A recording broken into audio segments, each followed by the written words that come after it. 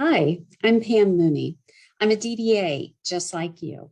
Just like you, part of my job is to support developers as they update and deprecate database objects.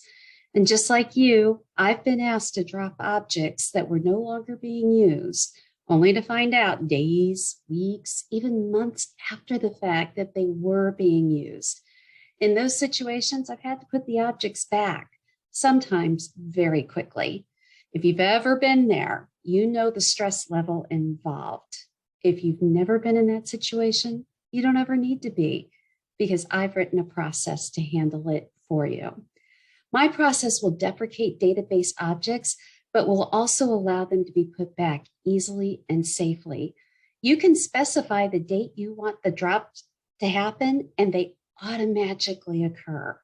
Your database developers are given emails days before, so they have chances to do last minute checks, to say they need more time, which you can arrange, or to let you know that they actually have to be put back. And you can. Even tables with data can be restored instantly. It'll put everything back you need, and it will record the data for you so that you, after the fact, you can query this, you can report on this, whatever you need. And we can talk about how to make this work in a DevOps world. My session is called Drop It Like It's Hot, safely dropping and instantly restoring database objects.